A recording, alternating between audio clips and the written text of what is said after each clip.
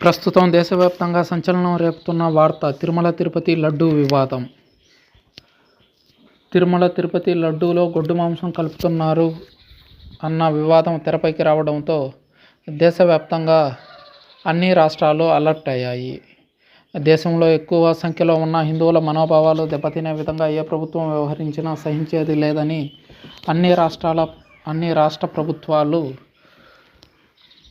దేవాలయాల సీఈఓలకి, కమిటీ మెంబర్లకి సూచనలు చేశాయి. దీంతో తెలంగాణ సర్కార్ కూడా కీలక నిర్ణయం తీసుకుంది. ఏపీలోని తిరుమల తిరుపతి దేవస్థానం లడ్డూ ప్రసాదం కల్తీపై దేశవ్యాప్తంగా కలకలం రేపుతున్న విషయం తెలిసిందే. ఈ క్రమంలో తిరుమల లడ్డూ కల్తీ వివాదంపై జరుగుతున్న చర్చలకు ఫుల్ స్టాప్ ఎప్పుడు పడనుందో తెలియడం లేదు. ఈ ఘటనపై అన్ని రాష్ట్ర ప్రభుత్వాలు కీలక నిర్ణయాలు తీసుకున్నాయి. తెలంగాణ ప్రభుత్వం కూడా అలర్ట్ అయింది. శ్రీవారి లడ్డూ తయారీకి గత వైసీపీ ప్రభుత్వం కల్తీ నెయ్యి వాడిందనే వార్త తెరపైకి రావడంతో మిగతా ఆలయాల్లో పరిస్థితి ఏంటి, ఎలాంటి నెయ్యి వాడుతున్నారు అనే ప్రశ్నలు తలెత్తాయి. ఈ నేపథ్యంలో తెలంగాణ ప్రభుత్వం కీలక నిర్ణయం తీసుకుంది.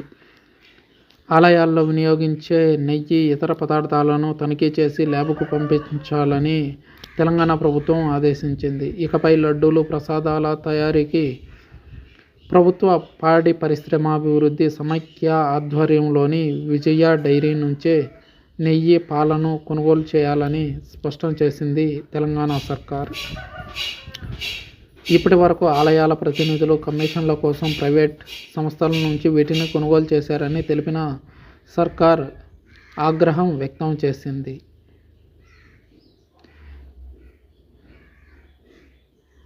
కేవలం కమిషన్ల కోసమే ఆలయ కమిటీ మెంబర్లు ప్రైవేట్ సంస్థల నుంచి ప్రసాదాలు కొనుగోలు చేస్తున్నారని తెలిసి తెలంగాణ సర్కార్ ఈ కీలక నిర్ణయం తీసుకుంది. అయితే తెలంగాణ సర్కార్ తీసుకున్న ఈ నిర్ణయం వల్ల విజయ డైరీకి ఒక్కసారిగా డిమాండ్ పెరిగింది.